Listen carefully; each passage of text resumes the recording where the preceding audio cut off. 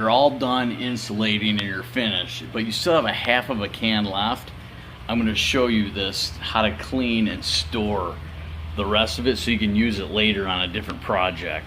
Now the stupid directions say to bend this tip over and put it right in this little tab and then store it like that and then cut the tip when you're ready to reuse it. That is stupid. A guy on another channel, he uses Goo Gone, and Goo Gone takes way too long. This is what we're going to use. Brake Clean. Just eats it away.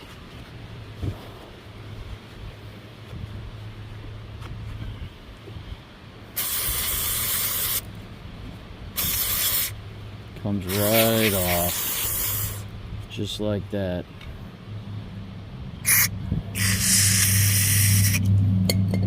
Look how clean it gets the spout. A little bit of paper towel gets the excess off here.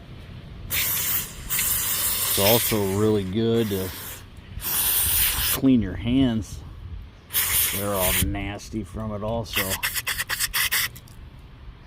And make sure you get the tip too. Be careful, wear some safety glasses.